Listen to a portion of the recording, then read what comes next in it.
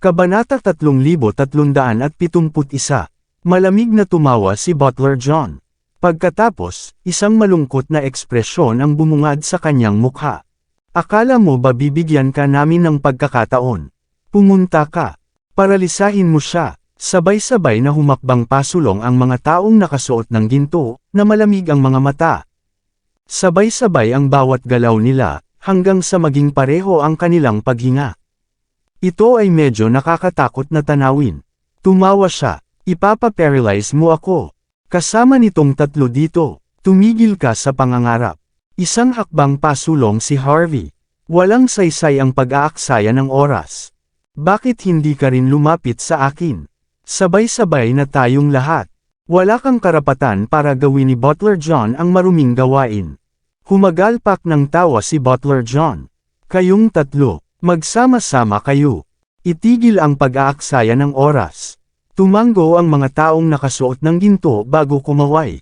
Pagkatapos noon, isang nakatagong araw ang lumipad patungo kay Harvey sa mababang bilis. Alam ni Harvey na delikado ang mga palaso nang makita niya ang kumpiyansa na hitsura ng kanyang kaaway. Umatras siya ng ilang hakbang sa halip na umabanti. Boom, boom, boom. Nagkalat ang mga flare kung saan-saan ng damapo ang palaso sa kinatatayuan ni Harvey. Ito ay isang nakakatakot na tanawin. Habang umaatras si Harvey, sabay na tumakbo ang tatlong taong nakasuot ng gintong damit. Mabilis na parang kidlat ang mga galaw nila. Katabi lang nilang tatlo si Harvey habang umaatras pa rin siya. Agad nilang inabot ang kanyang mga paa. Sumimangot si Harvey, na binalak niyang umatras at umiwas sa mga pag-atake sa lalong madaling panahon. Swash! Bago pa man makakilos si Harvey, isang maliwanag na ilaw ang gumalaw sa tatlo sa hindi maisip na bilis. Nagbago ang kanilang mga ekspresyon, at umatras sila upang maiwasan ang nakakatakot na laslas. Kahit mabilis sila, napunit pa rin ang mga damit nila. Tumama sa kanilang katawan ang mga maliit na sugat. Malinaw na muntik na silang patayin. Si Butler John, na nakatayo sa likuran habang naka-cross arms, ay hindi napigil ang sumimangot. Nagtataka si Harvey, silang tatlo ay maliksi at may magandang kasanayan. Malinaw na sila ang mga kahangahangang Kings of Arms. Gayunpaman, ang hindi kilalang bagong dating na lumitaw ng wala saan ay madaling nakalaban sa kanila. Tiyak na mas sanay ang taong ito kaysa sa tatlo. Lumapit kay Harvey ang isang lalaking naka-casual na nakadamit, na may hawak na espada. Malungkot ang mukha niya. Ayos ka lang ba, Mr. York? Tumango si Harvey sa bagong dating. Sabi nila wala kang karapatang pangasiwaan ang mga bagay sa underworld. Ang bagong dating ay walang iba kundi si Ansel mismo kaya lang, hindi siya naka-uniform noon. Tumawa si Ansel, tapos laruin na lang natin ang laro nila. Kung tutuusin, maililigtas tayo nito ng maraming gulo, tahimik niyang sabi.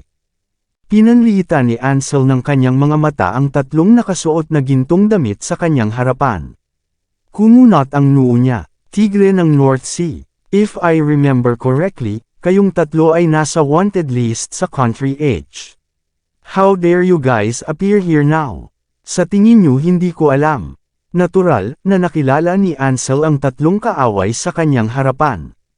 Nagdilim ang mukha ng babae sa isang iglap. Sino ka? Dahil alam mo na kung sino kami, balak mo pa bang makialam sa aming mga gawain? Ang mga taga North Sea Tiger ay nagbigay ng isang kaawa-awang ngiti. Wala akong pakialam kung sino ka, ngunit wala kang karapatang makialam sa mga gawain ng pamilya John. Kalmadong humakbang pasulong si Ansel bago ibinayo ang kanyang espada. Hindi mabilis ang pag-indayog, ngunit makikita ang mga sinag na parang liwanag ng buwan. Agad na nagbago ang ekspresyon ng lalaking nagsalita. Pakiramdam niya ay tinutumbok siya ng atake ni Ansel. Ang laslas ay mukhang napakabagal sa kanyang mga mata, halos sa puntong pakiramdam niya ay maharangan niya ito. Ngunit sa paanuman, naramdaman niya na siya ay mas mabagal kaysa sa isang laslas. Ano ang ibig sabihin nito? Ang pag-atakeng iyon ay mas mabilis kaysa sa maiintindihan ng sinumang tao. Sa madaling salita, walang paraan na maipagtanggol niya ang sarili laban dito. Gayunpaman, hindi lang siya umupo doon at tinanggap ito. Kinagat niya ang kanyang mga ngipin at mabilis na ikanaway ang kanyang kamay, pinaputok ang kanyang nakatagong palaso. Sa wakas ay makikita ng lahat ang hampas ni Ansel. Akala nila ay madudurog ang buong lugar, ngunit nahulog lang ang lalaki sa lupa, paralisado. Nanginginig ang buong katawan niya. Malaking sugat ang makikita sa kanyang katawan habang patuloy na nanginginig. Natalo siya sa isang hampas lang. Grabeng kapangyarihan. Bahagyang pinasadahan ni Ansel ang kanyang daliri sa talim ng kanyang espada habang nakatingin sa lalaking nasa lupa. Nakakatuwa talaga, Mr. York. Hindi na ako lumaban kahit isang beses mula nang umalis ako sa hukbo. Ngunit para sa mga taong ito, wala akong karapatang sumalungat sa kanila. Siguro pinahiya kita ngayon. Napangiti ng mahina si Harvey. Walang dapat ikahiya. Mas malakas ka kaysa sa dati. Mukhang hindi mo nakakalimutan ang mga turo ko. Salamat sa papuri. Natuwa si Ansel, mas swerte siya kaysa manalo sa loto para makuha ang assessment ng head coach. Ikaw na masama. How dare you do this sa kapatid ko? Napasigaw sa galit ang isa pang lalaki matapos makitang pinalo ni Ansel ang kanyang kapatid ng napakadali. Papatayin kita. Ngunit bago pa man siya matapos magsalita ay biglang nanginig ang kanyang katawan at may lumabas na sugat sa kanyang dibdib. Bumagsak siya sa lupa bago pa niya malaman ang nangyari. Tumalsik ang dugo sa kanyang katawan at kumalat sa buong lupa. Malamig silang tiningnan ni Ansel, hindi ba ninyo nakikitang kausap ko si Sir York dito? Tumigil ka na sa pagsasalita.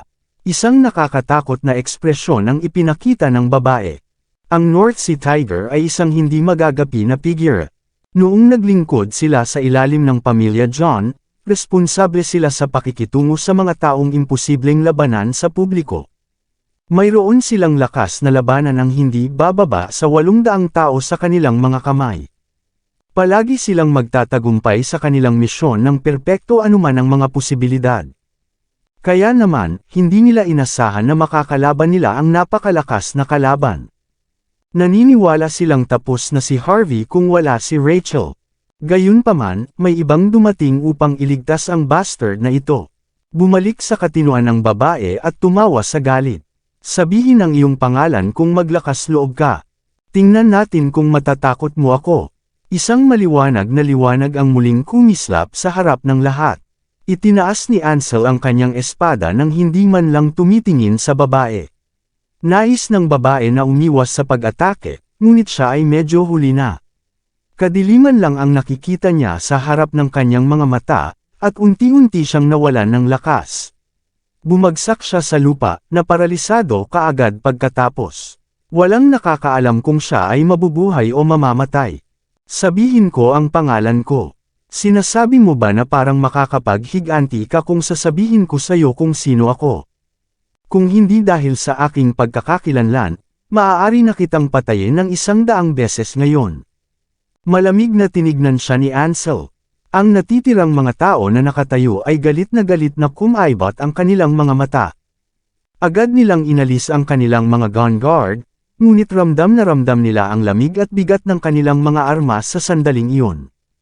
Nakita ni Harvey ang nangyari, at na-curious. Noong matagal na niyang piniling magretiro, ganoon din ang ginawa ni Ansel. Si Ansel ay hindi pa Diyos ng digmaan noon. Gayunpaman, walang humpay na nagsasanay si Ansel mula noon. Magagawa niyang makalusot at maging bagong Diyos ng digmaan kung may pagkakataon na ipakita ang kanyang sarili. Laking gulat ni Harvey sa husay ni Ansel. Pagkatapos ng lahat, hindi niya kailangang makipag-away ng labis. I wonder kung sino ka. Ikaw pala si Direktor Torres. Sa wakas ay nakilala ni Butler John si Ansel habang ang lahat ay natigilan sa pwesto. Ang sikat na Direktor Torres ay may kakilakilabot na mga kasanayan pagkatapos bumalik mula sa militar, at ginamit ang pagkakataon na tumaas bilang direktor ng Floatwell Police Station. Nagtataka ako kung anong uri ng mga kasanayan ang maaaring magkaroon ng isang hangal na brat na tulad mo. Ngunit ngayong nakita ko ito, talagang humanga ako. Malamig ang mukha ni Butler John, at hindi siya masyadong nahirapang kilalanin si Ansel. Ang malalakas na tagalabas ang pinakamahirap para sa pamilyang John. Gaano man kalakas ang isang tulad ni Ansel, ang kanyang pamilya ay kabilang pa rin sa Floatwell. Hindi maaaring tumalikod si Ansel sa mga John dahil dito. Hindi niya kayang tiisin ang mga kahihinatnan. Ito ang dahilan kung bakit naglakas loob pa rin si Butler John na kausapin si Ansel. Ngunit ano ang kinalaman ng lalaking ito sa iyo, Direktor Torres? May kikipaglaban ka ba para protektahan siya? Hindi mo ba naiintindihan na ang pamilya John ay ganap na makipaghiwalay sa iyo dahil dito? Napakalamig ng mga mata ni Butler John. Sana sagutin mo ako para hindi na ako manghula sa sarili ko. Sabihin mo sa akin kung ipapakita mo sa akin ang paggalang, o kung lalabanan mo ang aking pamilya. Sa tingin mo ba may karapatan ng isang katulong na tulad mo na magsabi ng mga ganyan sa harap ko? Binaril ni Ansel si Butler John ng masamang tingin. Tapos ka na bang magsalita? Magsimula na ba tayo? Bibigyan kita ng pagkakataon, kung magagawa mo akong iwaksi ng 2 beses ang aking espada, aaminin ko ang pagkatalo. Namilog ang mga mata ni Butler John nang maramdaman niya ang layunin ng pagpatay kay Ansel. Saglit na kumuyam ang mga nakakrus niyang braso bago niya ito tuluyang pinakawalan. Huminga siya ng malalim. Hindi lang ikaw ang direktor ng Floatwell Police Station, kundi ikaw din ang pangalawang young master ng pamilya Torres. Nagretiro ka rin sa maalamat na sword camp. Hindi ako mangangahas na labanan ang isang tulad mo. Isang naiinis na ekspresyon ang lumitaw sa mukha ni Butler John. Susuko na ako ngayong gabi. Sigaw niya, nagngangalit ang kanyang mga ngipin. Ngunit hindi ko hahayaang matapos ito. Sampal. Gayunpaman, biglang sumulpat si Ansel sa harap mismo ni Butler John bago ito sinampal sa mukha. Nahulog si Butler John, at bumangga sa Toyota Alphard. Wala na siyang lakas para gumapang pabalik pagkatapos noon. Nawala ng kulay ang mukha niya. Siya ay kinagat ang kanyang ngipin, he was trying his hardest na wag sumigaw. Hindi niya akalain na magiging ganito katakot si Ansel. Hindi nakakagulat na si Ansel ay naglakas loob na labanan ang pamilya John. Ibig mo bang sabihin na magkikita tayong muli? Walang emosyon ang mukha ni Ansel. Sabihin mo sa iyong young master na ako na ang bahala sa sitwasyong ito. Sabihin sa kanya na pumunta sa akin kung maglakas loob siya. Makalipas ang 1 oras, sa gilid na bulwagan ng manor ng pamilya John, isang gwapong lalaking nakasut ang marahas na sinipa si Butler John sa lupa. Sinabi ba talaga ni Ansel iyon?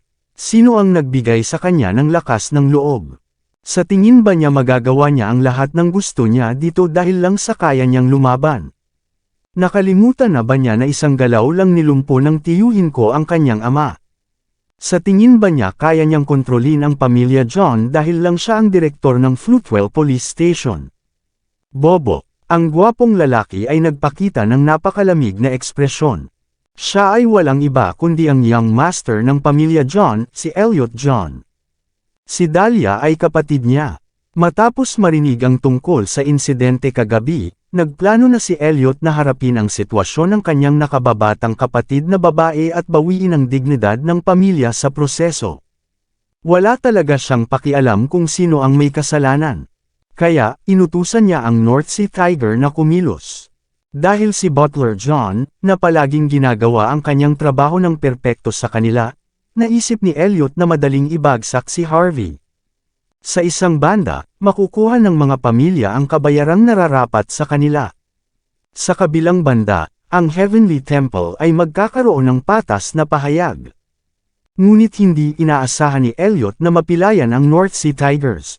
Maging si Butler John ay nawala ng gana na lumaban matapos ang isang sampal sa mukha.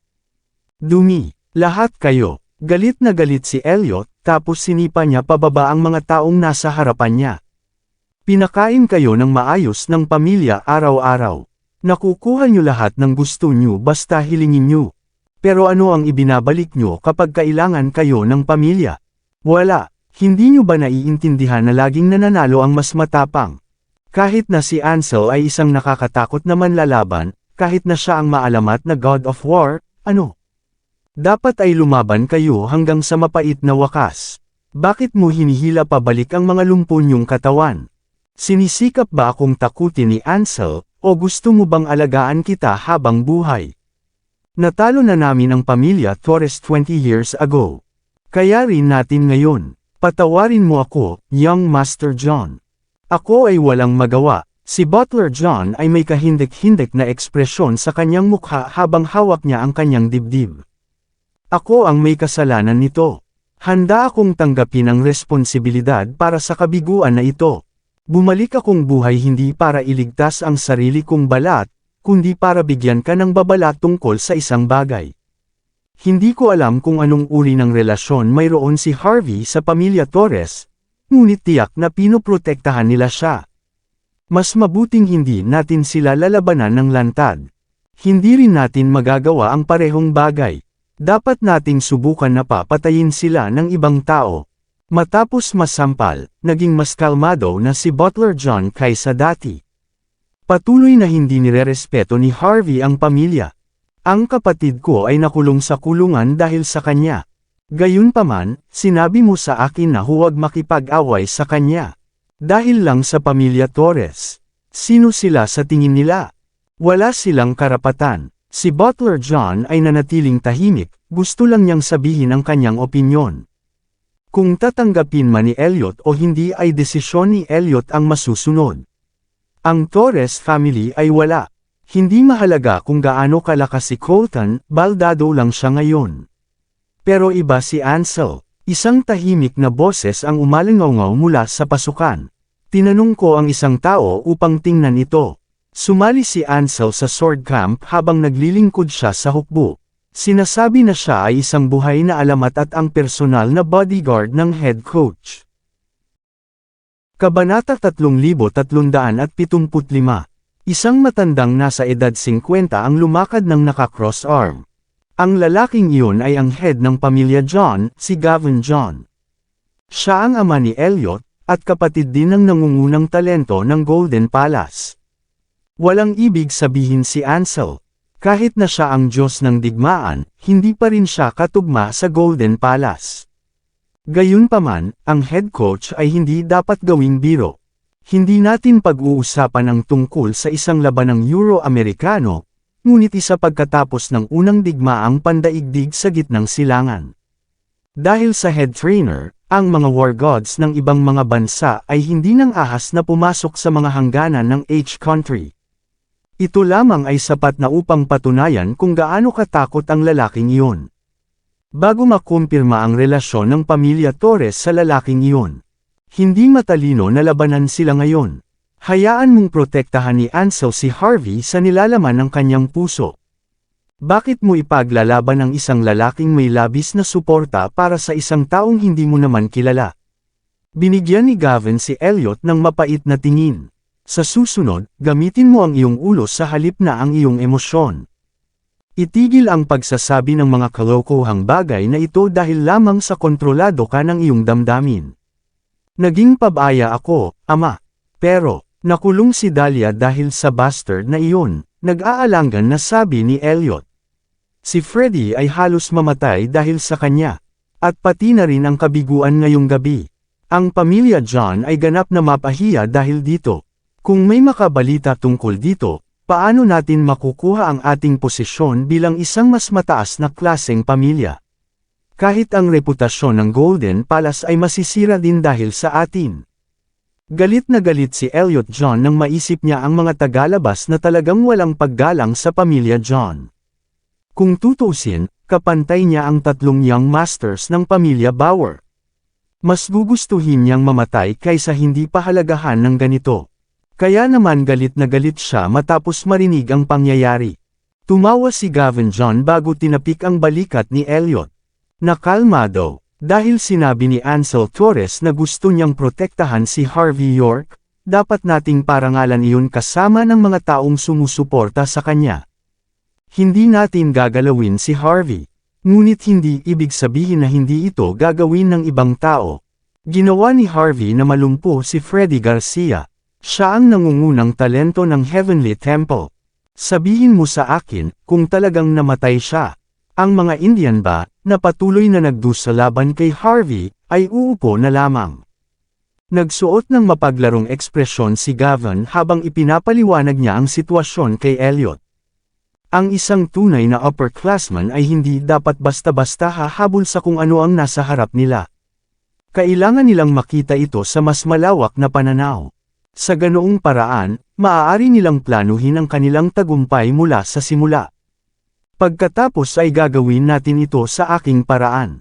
Malalim ang ekspresyon ng mukha ni Gavin.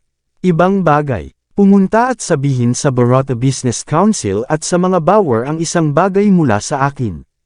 Ang pamilya John ay hindi na muling lalaban kay Harvey. May mga bagay na kailangan nating gawin, ngunit kailangan din nating tiyakin na bukas ang ating mga pahina. Kailangan nating igalang ang pamilya Torres, pagkatapos ng lahat. Alas 9, sa Fruitwell People's Hospital. Dinala ni Harvey York ang ilan sa mga prutas na nabili niya bago bumisita kay Mandy Zimmer. Kung tutuusin, nasugatan ang sarili niyang asawa. Natural lang sa kanya ang pagiging masipag. Hindi na kayanan ni Lillian Yates si Harvey, ngunit naunawaan niya kung paano ito kikilos. Tuwing bibisitahin niya si Mandy, lagi siyang may dalang malaking tseke para lang mapatahimik si Lillian. Si Lillian ay isang walang awa na babae, ngunit mabuti na ang anumang bagay ay hinayaan niyang dumausda sa ngalan ng pera. Napapanatili ni Harvey ang kanyang katinuan sa kanyang pagbisita dahil dito. Matapos makipag-usap kay Mandy, iniwan ni Harvey ang prutas at umalis dahil ayaw niyang maistorbo ang pahinga ni Mandy. Dahil sa epidemya, maingat na nagsuot ng face mask si Harvey at pinaalalahanan sina Mandy at Lillian na huwag umalis sa kanilang medical room upang maiwasang mahuli ito. Pagbaba ni Harvey, bumukas ang isang espesyal na elevator. Lumabas na may tulak ng isang cart ang isang doktor na nakasuot ng puting Amerikana at face mask. Ang tangkad at bigat niya ay halos kapareho ni Harvey. Bahagyang napakunot-noo ang doktor nang makita ang mukha ni Harvey, na para bang sinisigurado niyang may banibisita siya rito bago muling nanimbalik ang katinuan. Kalmadong binalik ni Harvey ang tingin sa doktor bago tahimik na naglakad palayo. May napansin siyang kakaiba. Ang doktor ay may makapal na kalyo sa kanyang mga kamay. Malinaw na isa siyang martial artist. Kahit pilit itong itago ng doktor, ramdam pa rin ni Harvey ang bakas ng pagpatay na nagmumula sa kanya. Sinadya ng doktor na tanggalin ang kanyang face mask nang tumingin ang mga mata ni Harvey. Kahit isang sulyap lang, alam na niya. Kamukha niya ang doktor. Hindi nagmamadaling lumabas ng elevator si Harvey. Mahinahon niyang pinindot ang button papuntang 4th floor. Nang dumating ang elevator doon, mahinahon siyang naglakad pabalik gamit ang hagdan. Itinulak ng doktor, na kamukhang kamukha ni Harvey, ang cart sa dulo ng hall. Nandoon ang VIP hospital room. Isang dosenang Indian ang nagbabantay sa pintuan sa harapan. Napuno silang lahat ng layuning pumatay. Bawat isa sa kanila ay mukhang napaka-brutal. Obviously, ito ang kwarto ni Freddy Garcia. Kahit na siya ay kasalukuyang nakoma, may pagkakataon pa rin siyang maligtas. Upang maiwasan ang anumang mangyari sa kanya, nagpadala ang Heavenly Temple ng 12-dosenang mga eksperto upang protektahan siya. Nakuha pa nila ang mga legal na dokumento para magdala ng baril sa tulong ng mga Bauer at John. Hindi na pinansin ng doktor ang mga lalaki at mahinahong itinulak ang kanyang cart ng pasulong. Malamig siyang tiningnan ng mga Indian. Sino ka? Doktor ka ba? Nasaan ang mga identification paper mo? Sa likas na katangian, ang mga Indian ay maingat. Ang bawat doktor na lumapit kay Freddy ay masusing sinuri. Maraming salamat sa lahat ng sumusubaybay. Please subscribe and follow my YouTube and Facebook channel, Filipino Novel. Maraming salamat po. Napangiti ang doktor nang magsimulang magtanong sa kanya ang mga Indian. Huwag magpanik, lahat. May identity ako dito. Pakitingnan. Naglabas ng laptop ang doktor at iniabot sa mga Indian. Nakahinga ng maluwag ang mga Indian matapos makita ang mga aksyon ng doktor. Lubos silang kumbinsido na ang doktor ay legit. Ngunit nang ibinaba ng mga Indian ang kanilang bantay, ikanaway ng doktor ang kanyang kamay, tinutumbok ang bawat lata at bote sa kariton. Isang masangsang na amoy ang dahan-daang pumasok pagkatapos ng isang maliit na pagsabog. Ang ilang mga Indian sa harapan ay walang oras upang mag-react sa sitwasyon. Pagkalanghap pa lang nila ng gas ay agad silang bumagsak sa lupa habang bumubulwak ang puting bula sa kanilang mga bibig. Ang iba pang mga Indian ay nagbago ang kanilang mga ekspresyon bago inilabas ang kanilang mga baril. Huwag kang gagalaw. Sino ka? Nanatiling tuwid ang mukha ng doktor nang marinig ang pagbabanta. Ikinumpas niya ang kanyang kamay bago lumipad ang scalpel sa kanyang manggas. Oh! Ang mga hiyawa ng sakit ay umalingaw-ngaw habang ang mga Indian ay bumagsak sa lupa na nakahawak sa kanilang mga braso na may kakilakilabot na mga ekspresyon sa kanilang mga mukha. Habang ang lahat ng mga Indian ay malubhang nasugatan, sinipa ng doktor ang pinto at naglakad patungo kay Freddy. Nakatagilid ang ulo ni Freddy habang tinutusok siya ng scalpel. Hinugot na niya ang kanyang huling hininga. Bastos! How dare you do that kay young Master Garcia? Pilit na tumayo ang mga Indian. Hindi nila magamit ang kanilang mga baril, ngunit hawak pa rin nila sa kanilang mga kamay sa paghawak ng kanilang mga punyal. Alam nilang matatapos sila kung hindi nila mahuli ang pumatay kay Freddy. Sa wakas ay nahayag ang mukha ng doktor sa ilalim ng liwanag nang magsimulang mag-away ang dalawang panig. Nakilala ng isang Indian ang mukha. Harvey York, ikaw na masama. How dare you pinatay mo si young Master Garcia? Nakita na ng ilan sa kanila ang mukha ni Harvey noon sa publiko. Kumukulo silang lahat sa galit nang mapagtanto nila kung sino ang doktor. Bang, bang, bang. Inagaw ng doktor ang isang baril mula sa isang tao at pinatay ang tatlong Indian, pagkatapos ay tumakbo sa pasilyo bago tumalon sa bintana. Malinaw sa kanyang tuloy-tuloy na paggalaw na ang doktor ay isang martial artist. Matagal na niyang ginagawa ang mga bagay na ito. Bastos! Ang iba pang mga Indian ay sumuray-suray sa mga bintana na may mga baril sa kanilang mga kamay, ngunit huli na. Ang doktor ay nawala sa madilim na gabi. Mabilis, mabilis. Tingnan kung maliligtas pa ba si young Master Garcia.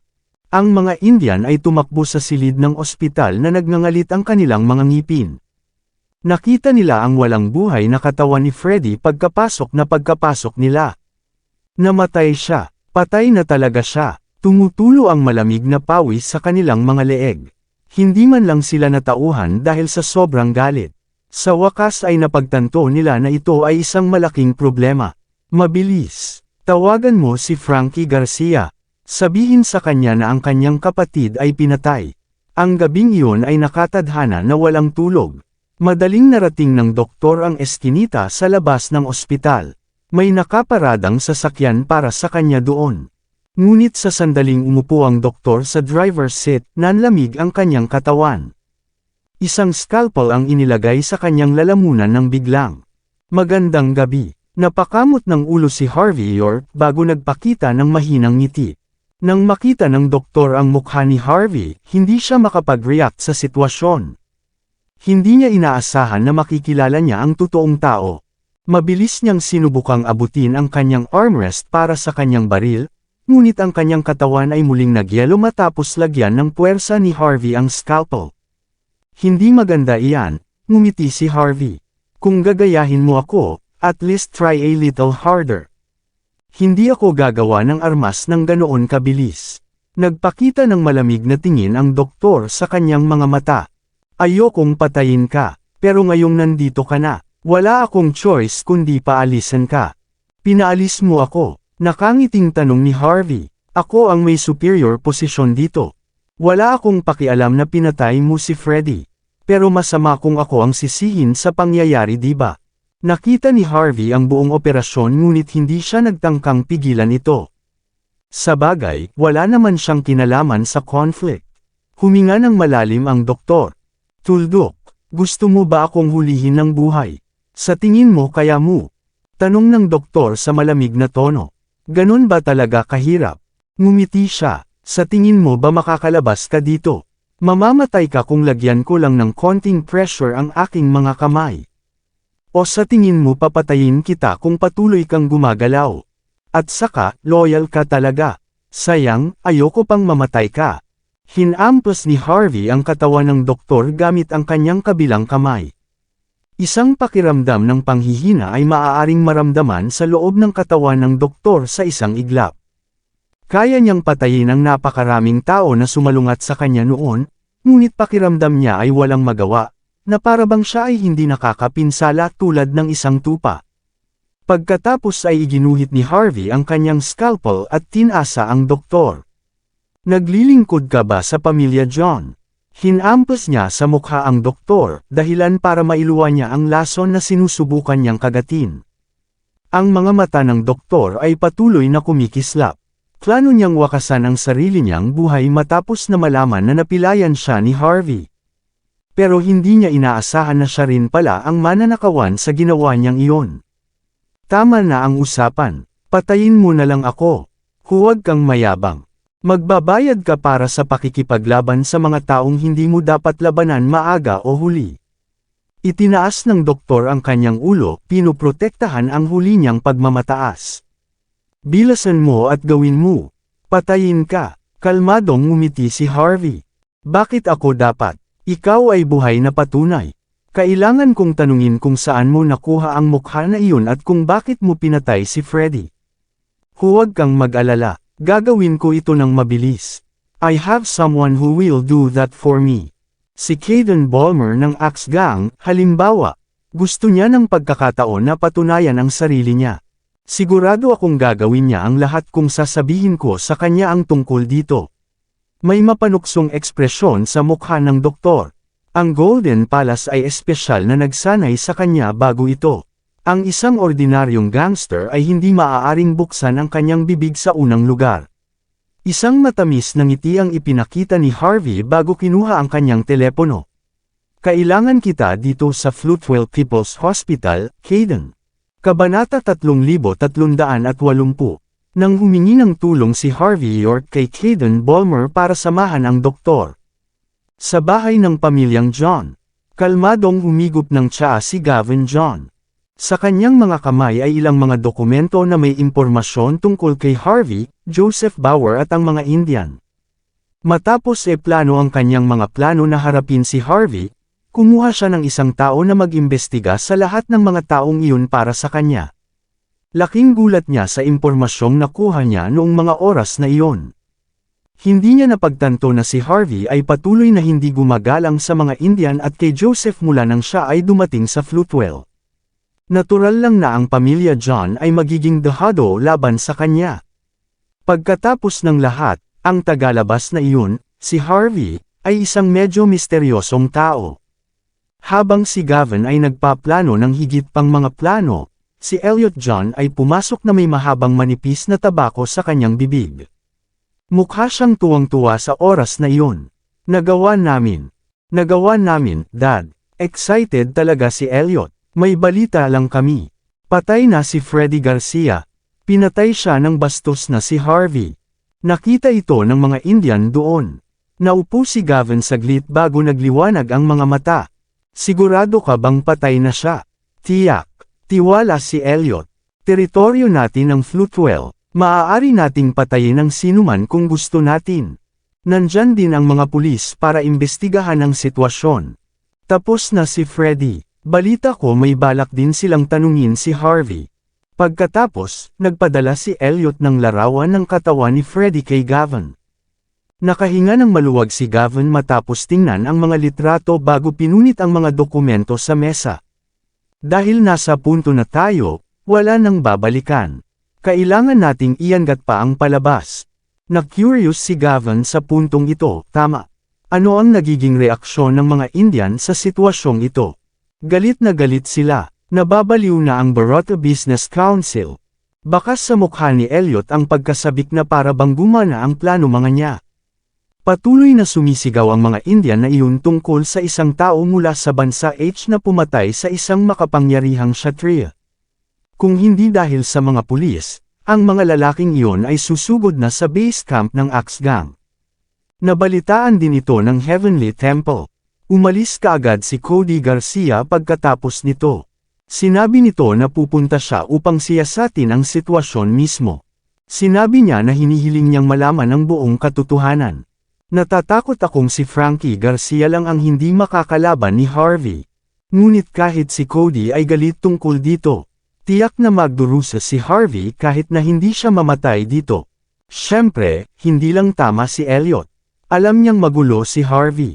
Ngunit naniniwala siya na matatapos si Harvey kung ang isa sa 3 demon monks ay nagpasya ding magpakita. Humanga si Gavin matapos marinig na malapit nang dumating si Cody.